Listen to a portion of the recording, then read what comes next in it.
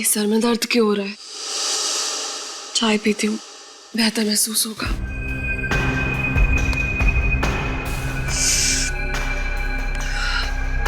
रामू, चाय बनी क्या? जी मैडम, अभी लाता हूँ। रामू, थोड़ा जल्दी करो, मेरा सर बहुत भारी हो रहा है। लाता हूँ मैडम। पता नहीं क्या हो रहा है मुझे। कल रात तो नींद भी अच्छी आई थी और खाना भी तो घर पर ही खाया था, फिर अब ये अजीब सा क्यों लग रहा है? मेम साहब, आपके सर दर्द की दवा लाऊं क्या? नहीं रामू, चाय पी लेती हूँ, शायद उससे ठीक हो जाए। ठीक है मेम साहब, मैं साहब को चाय दे के आता हूँ। तुम रहने दो, मैं देकर आती हूँ। कल देर रात तक काम कर रहे थे, अभी भी सो रहे हैं। ठीक है मेम साहब। फिर प्रमोद भी ना, फिर लेट हो जाएगा तो मुझ पर चिल्लाएंगे। प्रमोद, देखो उठो अभी। देखो मेरी तबीयत पहले से ही ठीक नहीं है, अब तुम मुझे और तंग मत करो। तुम्हारी चाय भी तैयार है। प्रमोद, प्रमोद।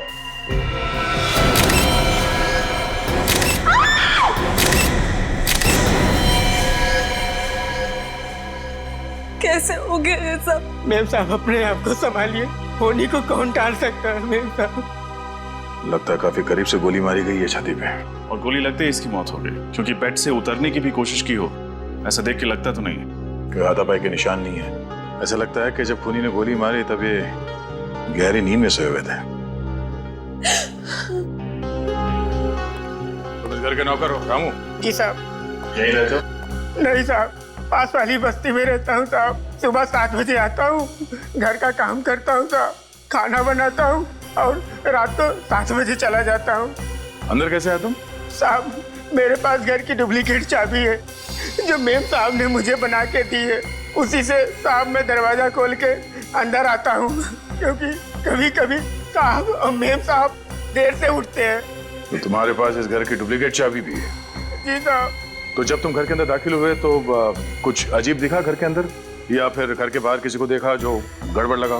नहीं साहब, कल 7:30 बजे काम करके मैं चला गया था साहब। साहब और मेम साहब दोनों लोग टीवी पे फिल्म देख रहे थे और जब मैं सुबह आया तो साहब और मेम साहब दोनों लोग सो रहे थे साहब, और मैं रसोई में चला गया काम करने के लिए। सर, हाँ? यहाँ पे तो कुछ नहीं है। कुछ नहीं है? पूरी घर की तलाशी लेते हैं, चलो।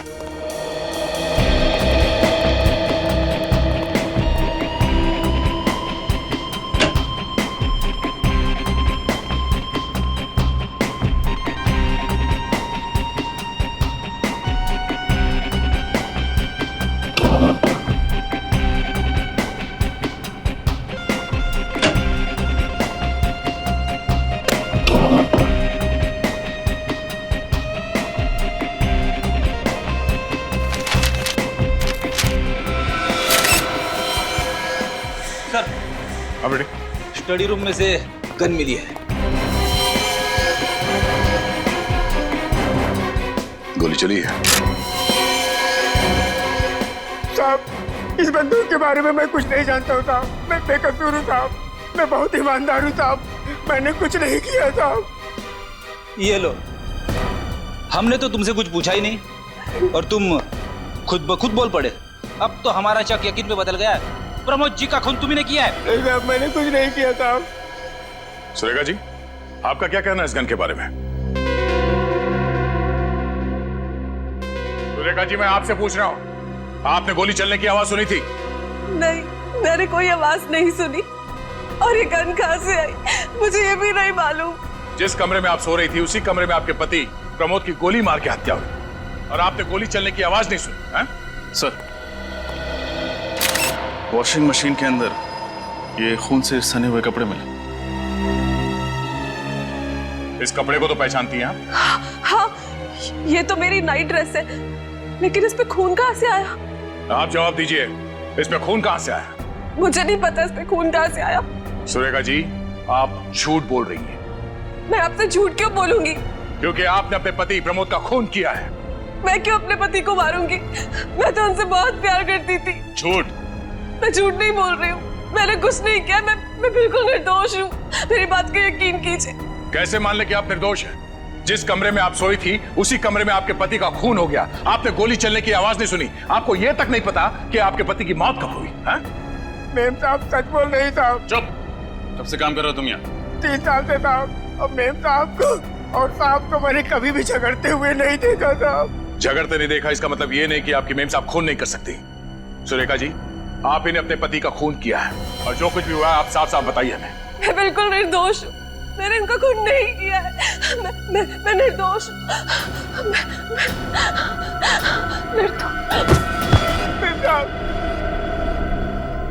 ये क्या?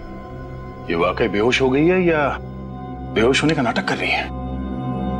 एक काम करो, इन्हें अस्पताल लेके जाओ। सारे सबूत और प्रमोद की लाश को फॉरेंसिक लैब भिजवा दो। मेरा शक एकदम सही निकला। ये गोली जो प्रमोद के शरीर में से मिली है, ये इस पिस्टल से चली है और इस पिस्टल पर सुरेखा की उंगलियों के निशान है। क्या? सुरेखा के? और इस नाइटर्स पे जो खून लगा है वो किसका है? ये खून भी प्रमोद का ही है।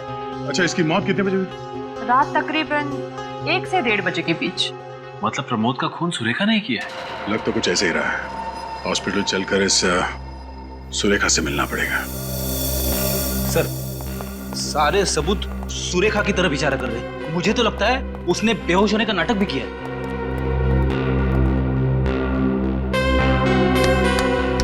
उठ, उठ। ये लो, ये तो सपनों की दुनिया में। इसे अभी हकीकत की दुनिया में ले जाते हैं। उठो, उठो। ड्यूटी पर सोने का पगार मिलता है क्या तुम्हें? नहीं सर, इसे तो सपने देखने का पगार मिलता है। क्या है, आप लोगों को हॉस्पिटल में रात को चेकिंग करने का पगार मिलता है? एक तो चोरी, ऊपर से सीना चोरी। हाँ? चोरी? कौन सी चोरी? मैंने कौन सी चोरी की? काम चोरी। काम चोरी की है तुमने।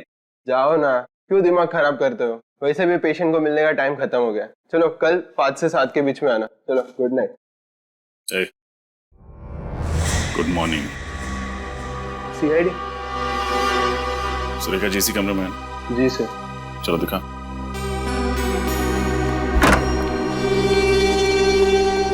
बेड तो खाली। सुरेखा कहाँ? रात को 11 बजे चेकिंग के समय तो मेम साहब कमरे में थी। अचानक किधर गायब हो गई? जो सवाल हमें तुमसे पूछना चाहिए वही सवाल तुम हमसे पूछ रहे हो। सर, हमें इस पूरे हॉस्पिटल की अच्छी तरीके से छानबीन करनी पड़ेगी। आने के छानबीन तो करनी होगी। पूरा हॉस्पिटल छान मारो, देखो सुरेखा कहाँ।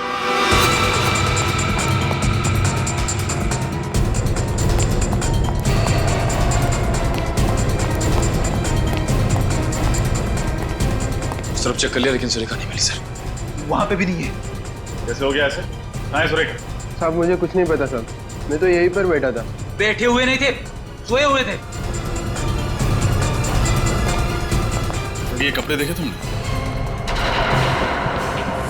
ऐसे ही कपड़े हॉस्पिटल में हर मरीज को दिए जाते हैं। हाँ सर। अगर सुरेखा के हॉस्पिटल वाले कपड़े ये हैं तो यहाँ क्या कर रहे हैं? जो कपड़े सुरेखा पहन के हॉस्पिटल में आई थी वो कहाँ है? वो कपड़े तो यहीं पर रखे थे। सुरेखा के हॉस्पिटल वाले कपड़े यहाँ और उसके पर्सनल कपड़े गायब। सुरेखा खुद के कपड़े पहन के रफू चक्कर हो गई सर। बिल्कुल सही कह रहे हो फ्रेडी। उसने बेहोश होने का नाटक किया ताकि हम उसे यहाँ हॉस्पिटल में भर्ती कराएं और मौका मिलते ही वो यहाँ से भाग जाए। सर, हो सकता है इस पूरे चक्कर में कोई और भी है जो सुरेखा का साथ दे रहा है। लेकिन कौन? कौन हो सकता है वो? कैसे पता चलेगा सर? इस पूरे हॉस्पिटल में लगे सीसीटीवी कैमरास की फुटेज देख के। चल। एक्सक्यूज मी, हमें पिछले 2-3 घंटे की सीसीटीवी फुटेज देखनी है। मगर आप लोग? हम लोग सीआईडी?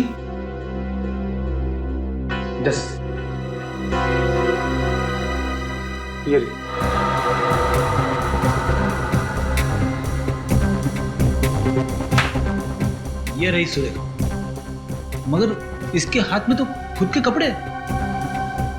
और ये ऐसे चल रही है जैसे इसमें कोई जान ही नहीं है। शायद इस कमरे के अंदर वो कपड़े बदलने गई। मगर ये काम तो वो अपने कमरे में भी कर सकती थी ना। हाँ फ्रेडी, यही तो मैं सोच रहा हूँ।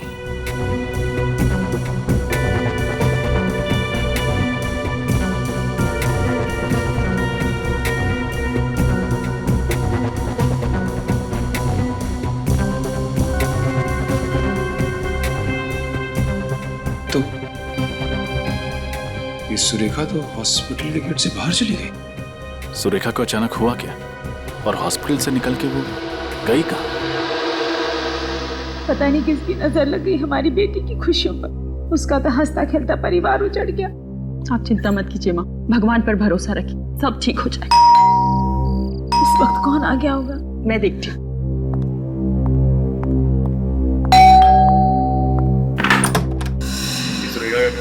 जी, लेकिन वो तो इस वक्त हॉस्पिटल में है। थी, अब नहीं है। हॉस्पिटल में नहीं है तो कहाँ है? ये आपको पता होना चाहिए। पूरे घर की अच्छी तरह तलाशी। अरे तलाशी?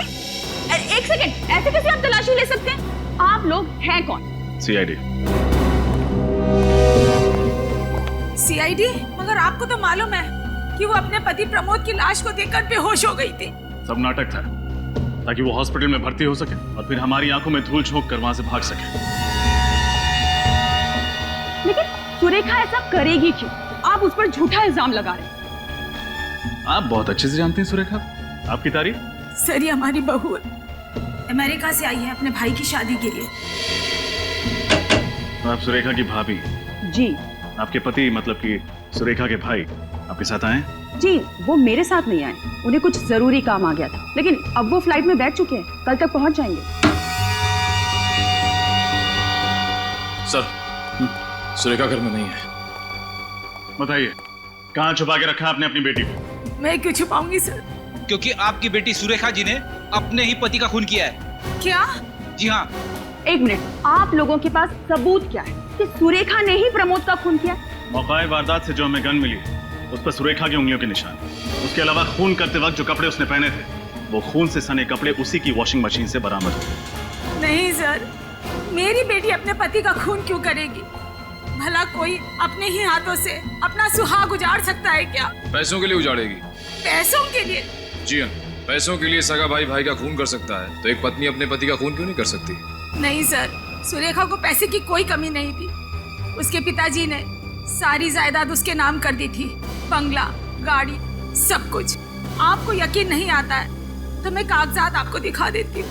देखिए, कहना तो नहीं चाहिए, लेकिन सुरेखा के पास प्रमोद से ज्यादा जायदाद थी, फिर वो पैसों के लिए उसका खून क्यों करेगी? इसका पता तो चल ही जाएगा। सर, इस सुरेखा को ढूंढेंगे किसे?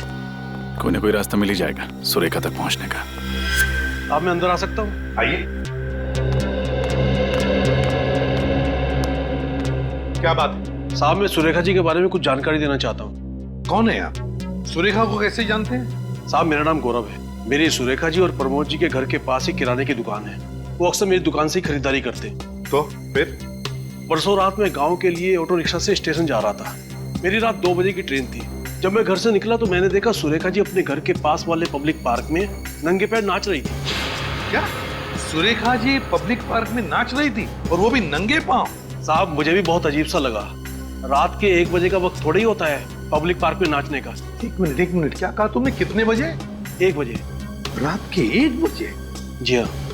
रात के 1 बजे सुरेखा पब्लिक पार्क में नाच रही थी नंगे पांव, और सचिन उसी वक्त। और रात के 1 और 1:30 बजे के बीच में प्रमोद का भी खून हुआ। पूरे होश में थे जब तुमने देखा, या फिर कुछ शौक है तुम्हें? साहब, मैं पूरे होश में था, आप मेरा यकीन कीजिए। सर, कोई एक इंसान एक ही वक्त में 2 अलग-अलग जगह पे कैसे हो सकता है? वही तो सचिन, वही तो। कुछ न कुछ तो गड़बड़ जरूर है, कुछ न कुछ तो गड़बड़ जरूर है। ठीक है, तुम जा सकते हो। पंकज, इनका फोन नंबर और एड्रेस ले लेना, जरूरत पड़े तो हम तुम्हें खुद से बुला लेंगे। हाँ सचिन, इस सुरेखा के बारे में और भी पूछताछ करनी पड़ेगी, और भी गहरी पूछताछ। तो सर, एक बार फिर से सुरेखा के घर की तलाशी ले ले? बिल्कुल बिल्कुल, ले लो उसके घर की तलाशी। कोई ना कोई सुराग तो वहां पर जरूर है जो हमारी आंखों से छूटा है। सर, किराने वाले ने जो बात बताई है उसे सुनकर मेरा दिमाग गोल गोल घूम रहा है। भला कोई आधी रात को, वो भी पब्लिक पार्क में, नंगे पैर क्यों नाचेगा? फ्रेडी, हमने सुरेखा के बारे में पता कर लिया है। उसे कॉलेज के दिनों से नाचने का बहुत शौक था, और शायद शादी के बाद वो ये शौक पूरा नहीं कर पाई, और इसीलिए पार्क में आके सर, पैंट पे मिट्टी लगी। हाँ फ्रेडी, पर हो सकता है ये मिट्टी किसी के जूतों से लग गई हो।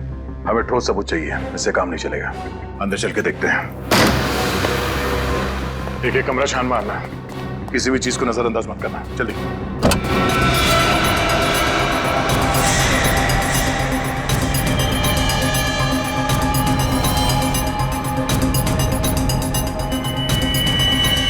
काला सलवार, सलवार में मिट्टी भी लगी हुई है। डॉक्टर सालों के हिसाब से प्रमोद की मौत रात 1 बजे के करीब हुई थी।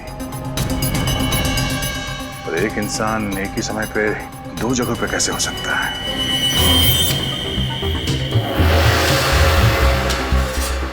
या तो वो अपने पति का खून करके सबूत मिटा रही होगी या फिर पार्क में डांस कर रही होगी।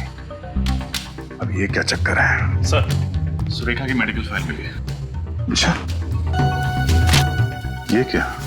ये सुरेखा रात सोने से पहले सिस्टोपैम टैबलेट खाती थी। ये सिस्टोपैम क्या है? डॉक्टर सालों के लिए बताएंगे। डॉक्टर साहब, फिलहाल आप ये बताइए कि ये सिस्टोपैम नाम का जो टैबलेट है, ये किस चीज के लिए ली जाती है? हाँ, ठीक है सर।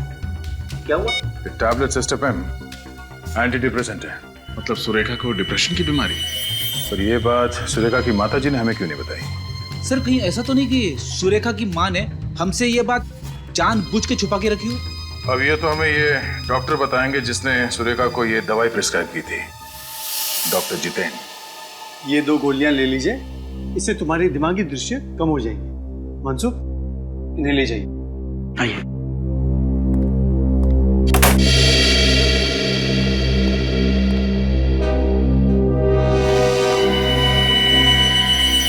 आप लोग अंदर कैसे आ गए?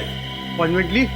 सॉरी आपको परेशान करने के लिए। दरअसल आपसे बहुत जरूरी काम था, इसलिए बिना अपॉइंटमेंट ही अंदर चले आए। कौन है आप लोग? मुझसे क्या चाहते हैं? हम लोग CID से। हमें आपकी पेशेंट सुरेखा के बारे में कुछ जानकारी चाहिए। सुरेखा? पूछिए, क्या पूछना है? आपने ही सुरेखा को ये एंटी डिप्रेसेंट टैबलेट सिस्टोपैम दिया था ना? हाँ, ये मैंने प्रिस्क्राइब की थी। डॉक्टर साहब, क्या आप बता सकते हैं कि सुरेखा को कौन सी बीमारी थी? देखिए, मैं एक साइकेट्रिस्ट हूँ और साइकेट्रिस्ट होने के नाते मैं अपने किसी भी मरीज के बारे में किसी को भी कुछ बताना उचित नहीं समझता। हम समझ सकते हैं, लेकिन सुरेखा के पति प्रमोद का खून हो गया, वो भी उन्हीं के घर में। खून हो गया? कब? परसों रात को।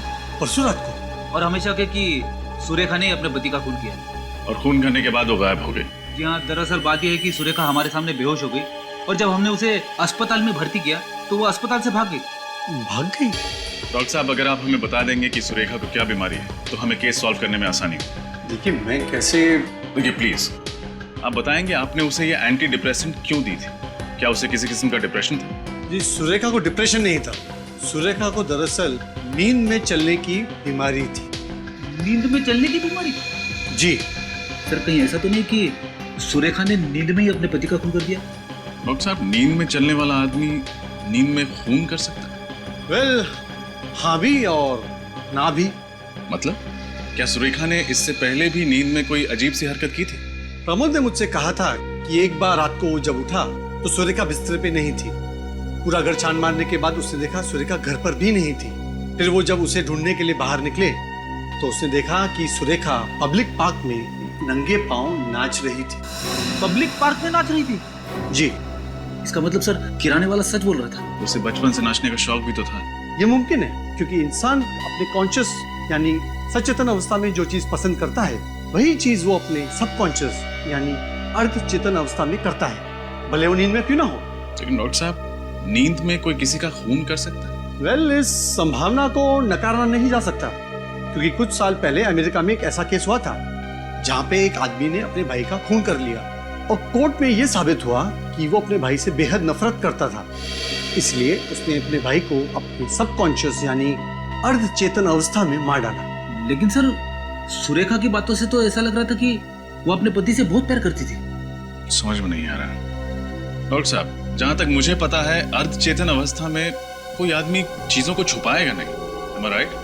ठीक कह रहे हैं आप। अजीब बात है, हमें गन मिली कचरे के डब्बे में बहुत सारे कागजों के नीचे छुपाई हुई, और खून से सना हुआ नाइट ड्रेस मिला, वो भी वॉशिंग मशीन के अंदर बहुत सारे कपड़ों के नीचे छुपाया हुआ। और सर, किराने वाले के हिसाब से तो जब प्रमोद का खून हुआ तब तो सुरेखा पब्लिक पार्क में नाच रही थी। वही तो, एक ही आदमी एक ही समय पर दो जगहों पर कैसे हो सकता है? अजीब चक्कर है। कोई ऐसा तो नहीं कि सुरेखा की इस बीमारी का कोई और ही फायदा उठा रहा है? हो सकता है, और अगर ऐसा है तो हमें जल्द से जल्द सुरेखा को ढूंढना होगा, क्योंकि अब उसकी जान को खतरा हो सकता है। सर, हाँ सर, उस रात जब सुरेखा जी हॉस्पिटल से गायब हुई थी तो इस रिक्शा वाले ने उन्हें देखा था। तुमने सुरेखा को देखा था? जी साहब, और वो मैडम बड़ी अजीब तरीके से चल रही थी।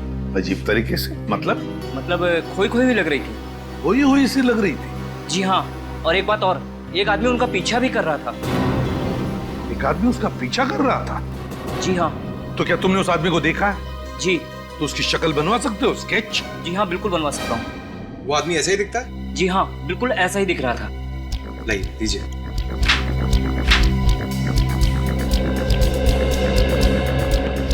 सर, हाँ, ये लीजिए स्केच।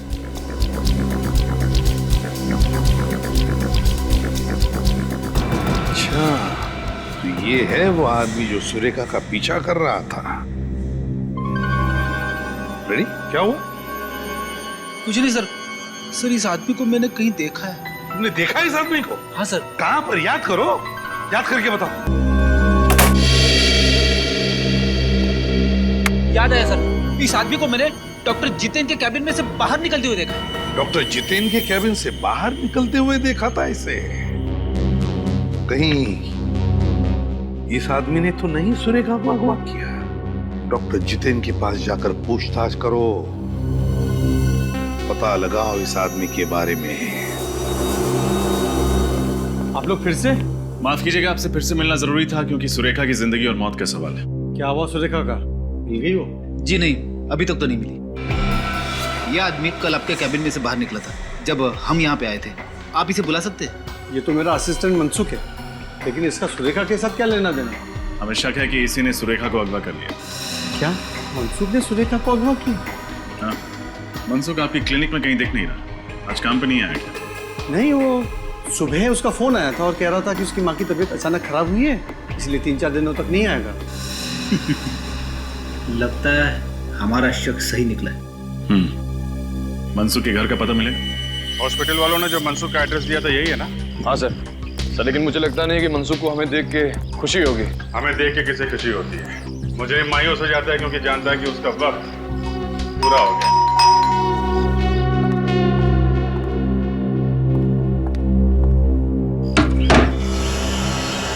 मनसुख है घर में? नहीं, आपसे कितने पैसे उधार लिए उसने? अरे वाह, इतनी ईमानदारी, वो भी आज के जमाने में। कमाल है। ईमानदारी नहीं सर, मजबूरी कहिए इसे। कैसी मजबूरी? वैसे आप लोग कौन हो? सीआईडी। सीआईडी? सीआईडी से भी मनसुख ने उधार ले लिया। सीआईडी को उल्लू बना के पैसे निकालना मुश्किल ही नहीं, नामुमकिन है। वैसे हम लोग पैसे मांगने नहीं, मनसुख के बारे में पूछताछ करने आए। पूछताछ करें? ये मनसुख सबसे पैसे उधार लेता है क्या? गली का भिखारी रह गया था, वरना वो तो उससे भी उधार ले लेता। मैं तो उसकी इस आदत से परेशान हो गई हूँ सर। वो खुद तो अस्पताल में पड़ा रहता है दिन भर, और उसके पीछे उसके लेनदारों को जवाब मुझे देना होता है। वैसे मनसुख की माँ की तबीयत कैसी है? मनसुख की माँ की तबीयत? हाँ, यही कहते उसने हॉस्पिटल से छुट्टी ली। हे भगवान, इस हद तक गिर गया मनसुख। कहना क्या चाहती, साफ साफ बताइए। जी, मनसुख की माँ की मौत तो 2 साल पहले ही हो गई थी। हाँ? फिर उसने झूठ क्यों बोला? पता नहीं क्यों, वो तो मुझसे भी झूठ बोलकर ही गया होगा।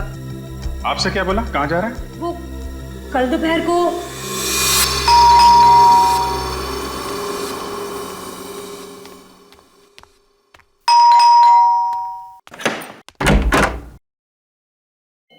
आ गए तुम?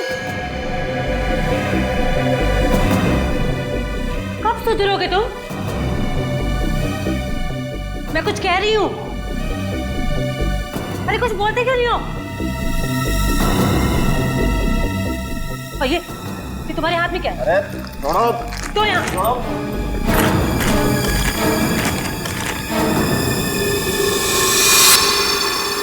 इतने सारे पैसे? अब चोरी भी शुरू कर दी है क्या तुमने? यहाँ पे मैं तुम्हारे कर्जदारों से परेशान हो गई हूँ, और तुम? अरे अपनी बकवास बंद करो। जाओ। जाओ जाके मेरा सामान पैक करो, मुझे दिल्ली जाना है। दिल्ली जाना है? क्यों जाना है?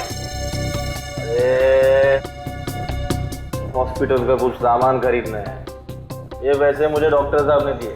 अब जाओ ना, जाओ जल्दी करो, जाओ। हॉस्पिटल से कह के गया कि माँ की तबीयत खराब है, इनसे बोल के गया कि दिल्ली जा रहा है हॉस्पिटल का सामान लाने। सर मुझे लगता है सुरेखा और प्रमोद के केस में जरूर इस मनसुख का हाथ है। हाँ सर, इस केस से मनसुख का कुछ न कुछ तो कनेक्शन जरूर है। ये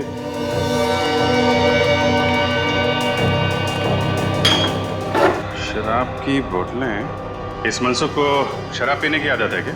जी सर, जब तक 2 बोतल देसी दारू न पी ले उसे नींद ही नहीं आती है। ये सारी कमाई वो दारू में ही उड़ा देता है।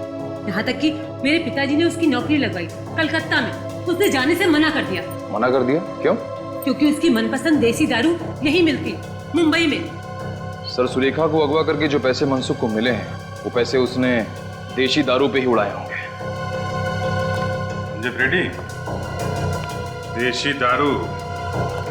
हाँ सर, मुंबई में जितने भी देसी दारू के अड्डे हैं वहीं पे जाना पड़ेगा। जाना तो पड़ेगा, मगर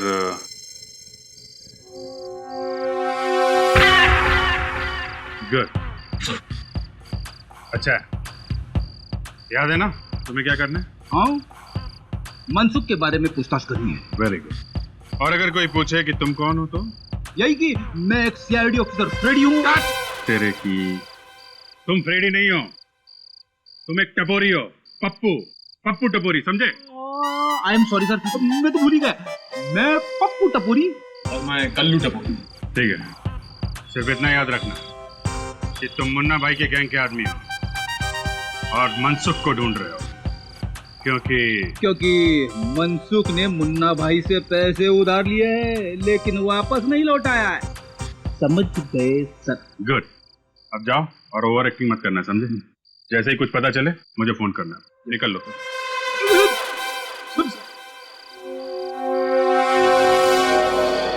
आई सुन, इस बंदर को कोई जानता है? भाई साहब, इसे देखा है क्या? ये अपन के एरिया का नहीं है। ध्यान से देख, पहचानेगा तो माल मिलेगा ना। अरे ठीक से देखो ना, तुम भी देखो ना। अरे बाबा, बोला ना, आपने पी रखी है क्या? आदमी का टुकड़ा कोई जानते हो क्या? हाँ, आपको बोल रहा हूँ। अरे पी तुमने रखी है? नहीं पहचानता, जाओ यहाँ से। और वो उधर चेक कर लिया लेकिन कुछ पता नहीं चला। मुझे भी कुछ नहीं मिला है, ना मनसुख फंसुख कुछ नहीं है। एक बार बचता है, रोशनी बात। वहीं पे चल के मनसुख पे रोशनी डालते। चलो।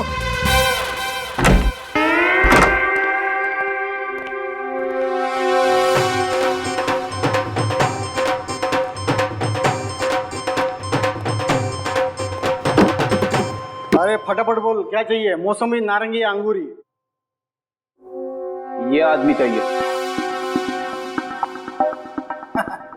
हम यहाँ शराब बेचते हैं, इंसान नहीं। अब आया है तो पतली गली से निकल लो, नहीं तो लेने के देने पड़ जाएंगे। हाँ।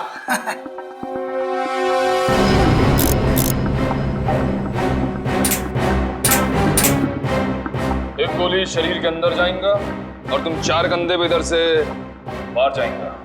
कौन है आप लोग? अपन पप्पू टपोरी और ये कल्लू टपोरी, मुन्ना भाई के पंटर है दोनों।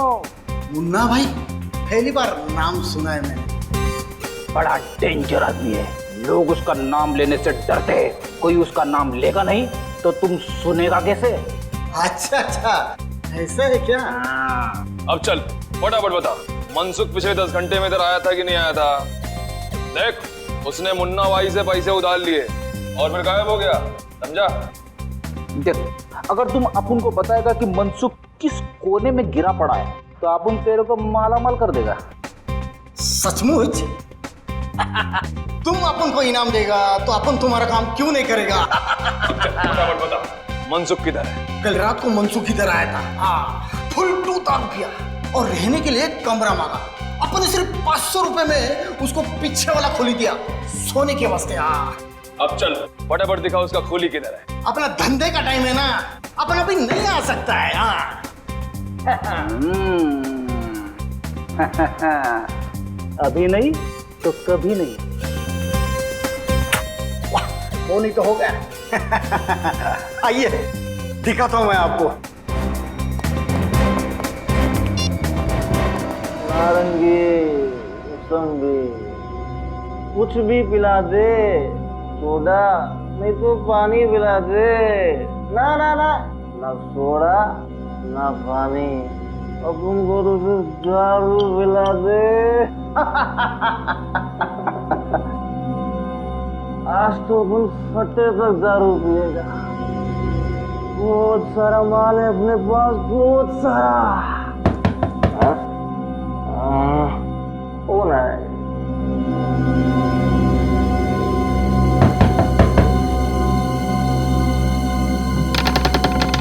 अरे जेठ, तुम जियो हजारों साल।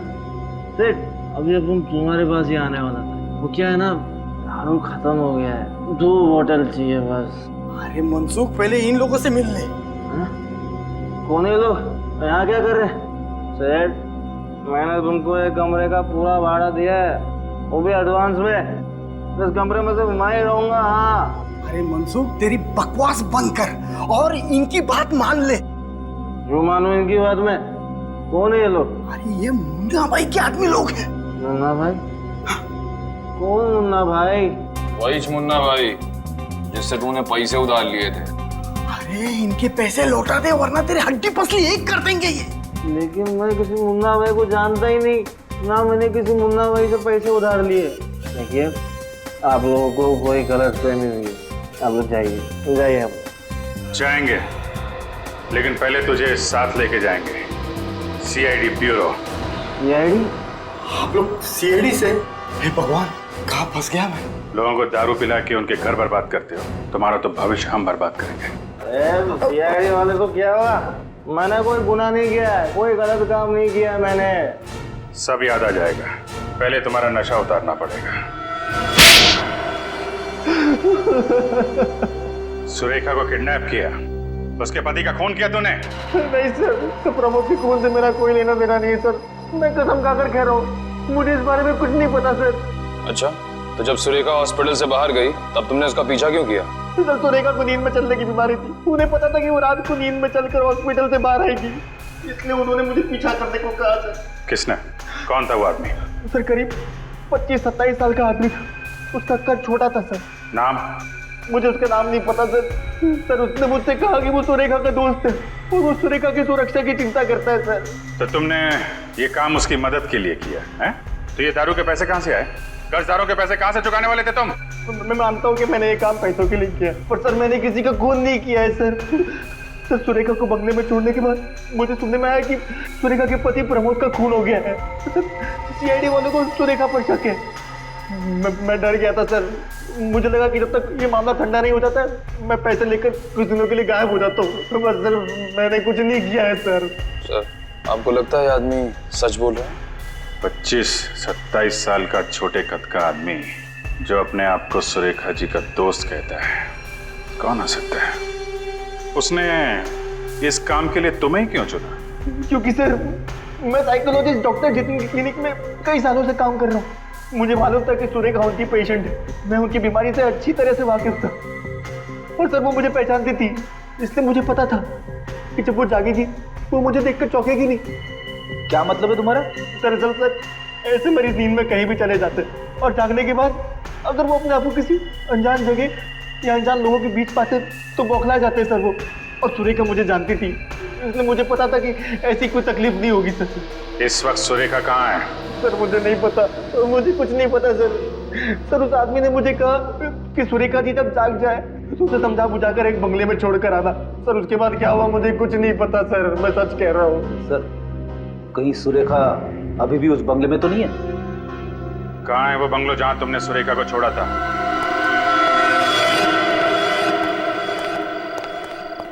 मनसुख ने यही पता बताया था ना? हाँ सर। तो दरवाजा तोड़ दें या बिल मार के दरवाजा खुलने का इंतजार करें? पहले सीधी उंगली से घी निकालने की कोशिश करते हैं, जरूरत पड़ी तो उंगली टेढ़ी कर देंगे।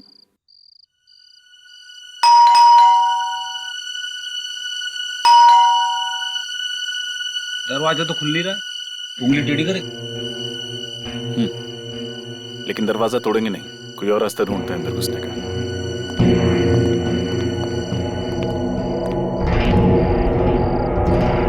सर ये तो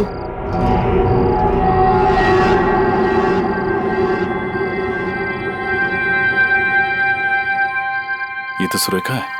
इसने तो हेडफोन लगा रखा। हाँ, ये कर क्या रही?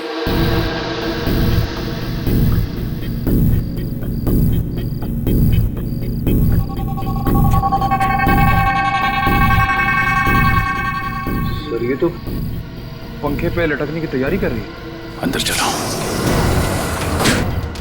सुरेखा, सुरेखा उठो। ठीक है, पानी लो। मैं सुरेखा हूँ। मैं गले में फांसी का फंदा डालकर आत्महत्या करना चाहती हूँ। सुरेखा, सुरेखा होश में आओ, उठो।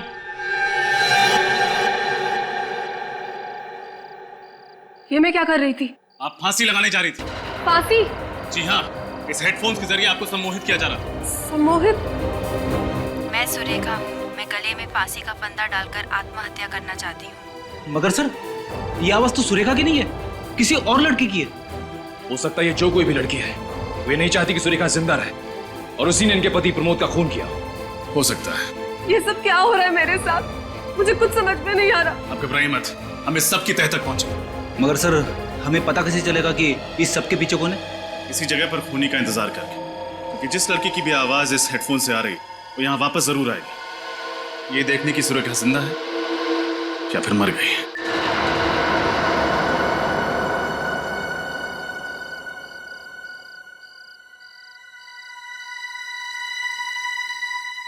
दो घंटे हो गए सर, अभी तक तो कोई नहीं आया।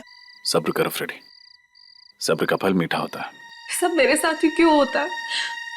संभालिए अपने आप को सुरेखा।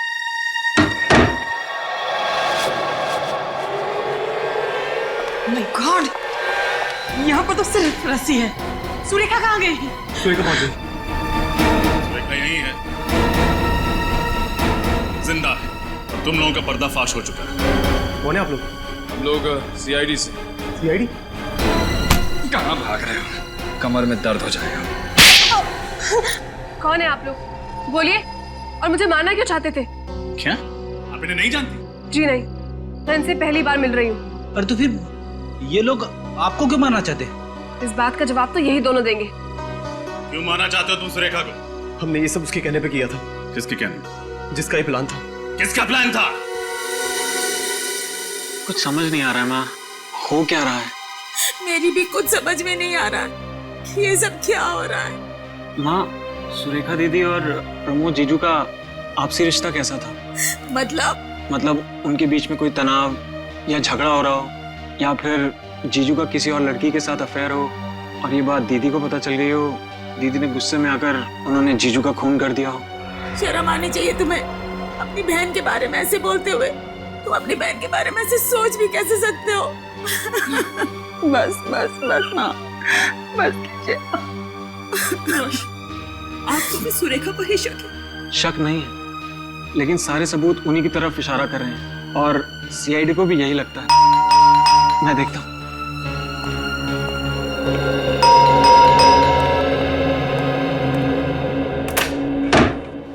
जी गई। मैं सीआईडी से। आप कौन? मैं सुरेखा का भाई रोशन हूँ।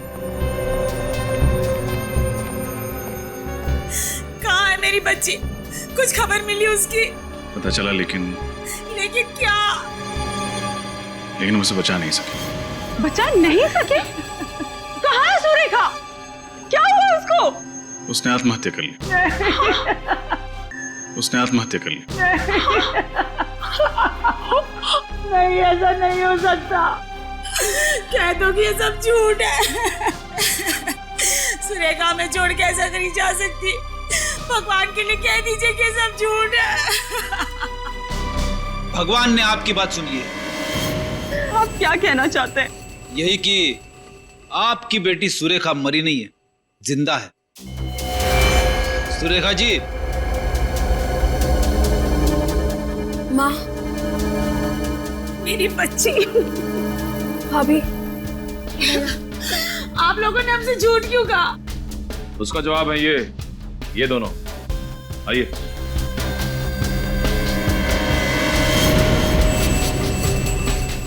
भैया, दीदी। स्वाति जी, भागने की कोशिश बेकार है, सो प्लीज अब बताओ, क्या दुश्मनी थी तुम्हारी प्रमोद के साथ जो तुमने उसका खून किया? नहीं सर, प्रमोद से मेरी कोई दुश्मनी नहीं थी। मुझे तो परेशानी उस सुरेखा से थी। परेशानी? वो भी सुरेखा से? सुरेखा तो तुम्हारे पति की बहन है ना? परेशानी खड़ी की थी मेरे ससुर जी ने, जिन्होंने अपनी सारी की सारी जायदाद अपनी बेटी उस सुरेखा के नाम कर दी थी, और अपने बेटे यानी कि मेरे पति, उनको एक फूटी कौड़ी नहीं थी। जो बात मेरे बर्दाश्त के बिल्कुल बाहर थी। मगर प्रमोद ने क्या बिगाड़ा था तुम्हारा? उसका खून क्यों किया? क्योंकि मैं एक तीर से दो शिकार करना चाहती थी। एक तो प्रमोद का खून और दूसरा उसका इल्जाम सुरेखा पर। इससे सारा का सारा पैसा मेरे पति का हो जाती, सारी की सारी जायदाद मेरे पति को मिल जाती। और सुरेखा को नींद में चलने की बीमारी है, ये बात तुम्हें कैसे पता चली? मेरी होने वाली भाभी प्रिया, ये उसी हॉस्पिटल में काम करती थी जहां पर सुरेखा का इलाज चल रहा था। किसी ने उसे वहां देखा था और मुझे तुरंत बताया। मैंने ही इससे सुरेखा की बीमारी के बारे में और पता करने के लिए कहा था। वाह रे वाह प्रिया, वाह, अच्छा साथ दिया तुमने। और जैसे ही तुम्हें सुरेखा की बीमारी के बारे में पता चल गया, तुम्हारे दिमाग में वो घिनौना प्लान आ गया है ना? हाँ, मैंने इंतजार किया उस रात का, जब सुरेखा नींद में चलते चलते सामने के पब्लिक पार्क में जाकर नंगे पांव नाचने लगे। फिर मैंने प्रिया और राजेंद्र की मदद लेकर प्रमोद का खून करवा दिया। प्रमोद पर गोली किसने चलाई? गोली राजेंद्र ने चलाई थी। तो फिर सुरेखा के उंगलियों के निशान पिस्तौल पे कैसे आए?